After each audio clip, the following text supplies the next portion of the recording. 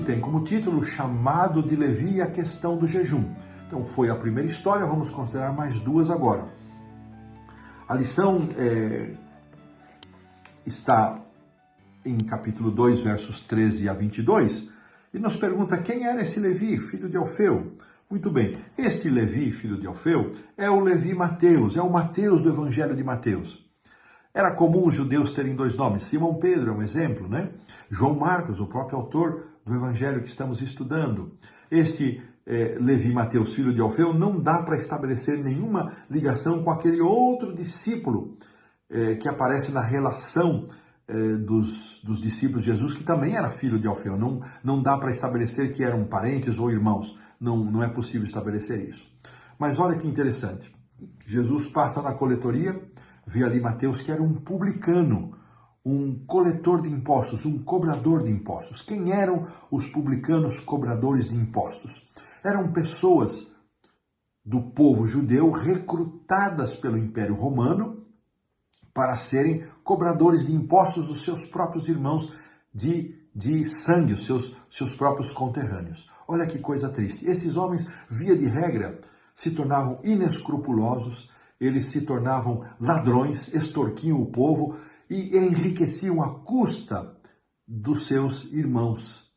Eram odiados, eram detestados e condenados pelos líderes da nação e pelo povo judeu em geral. E Jesus chama esse homem para ser um discípulo.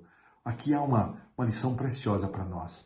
Jesus chama todas as pessoas, indiferentemente, indistintamente de quem são e de onde estão, mas ninguém que vai à pessoa de Jesus, na presença de Jesus, permanece como está. Há uma teoria hoje por aí que declara que o amor de Jesus, o amor de Deus, recebe todas as pessoas, mas se esquece de dizer, isso é verdade, é claro, é bíblico, mas se esquece de dizer que cada pessoa que vai à presença de Jesus, ela é transformada, deixa a vida de pecado, deixa a vida errada e passa a viver a vida de acordo com os princípios da palavra de Deus. Jesus então entra agora na casa de Mateus, que oferece um banquete a Jesus, aos seus discípulos. Possivelmente vários colegas de profissão ali da coletoria estavam nesse banquete também.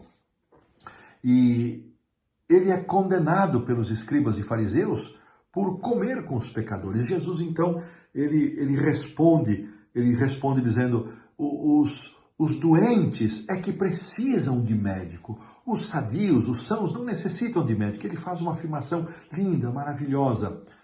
Eu não vim chamar justos, e sim pecadores ao arrependimento. Como é que nós nos sentimos? Como é que nós olhamos para nós mesmos e nos percebemos? Como justos, que nem aquele fariseu da parábola, que fazia uma lista de todas as coisas corretas que ele fazia. Lembre-se que na parábola ele sai da presença de Deus sem ser abençoado. Já o publicano, que não se considerava merecedor de absolutamente nada, um miserável que não tinha direito nem sequer de falar com Deus, ele não se via em direito algum, ele só pede misericórdia. E a parábola de Jesus, contada por Jesus, diz que ele desceu justificado para a sua casa.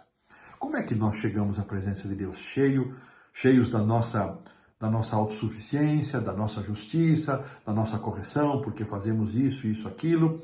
Ou nós chegamos como aquele publicano, reconhecendo que necessitamos da misericórdia de Deus? Eu espero que esse seja o nosso caso, que em nenhuma circunstância o senso de justiça própria se coloca entre nós e Deus, porque ele nos afasta de Deus.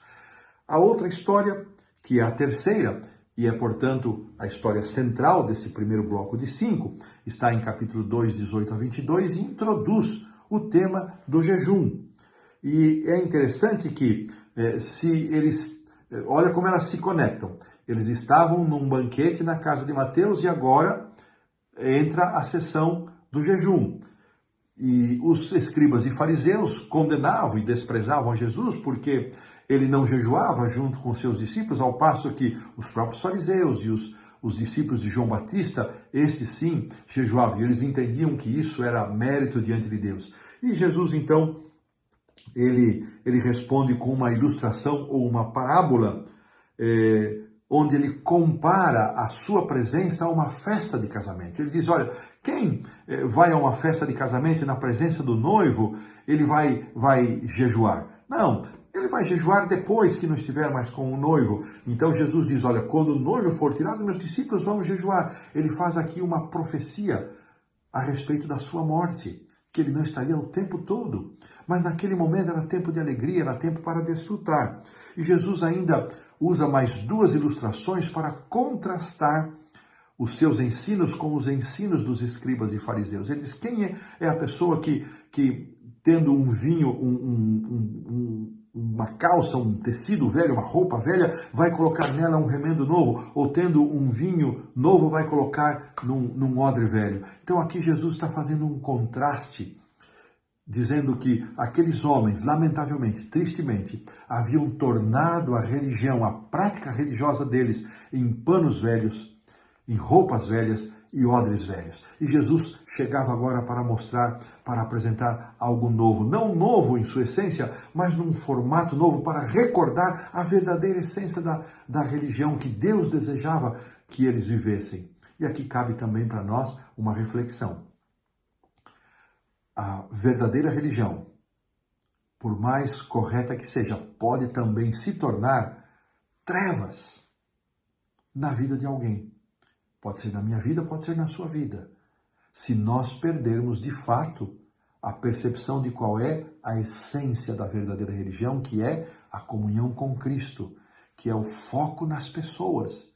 Aqueles homens tinham foco unicamente no formalismo, no ritualismo e não numa religião de essência. Espero que a nossa religião, a minha religião e a sua religião, seja uma religião de essência, uma religião marcada por essa alegria da presença do Senhor Jesus na nossa vida. Aqui fechamos a lição da segunda.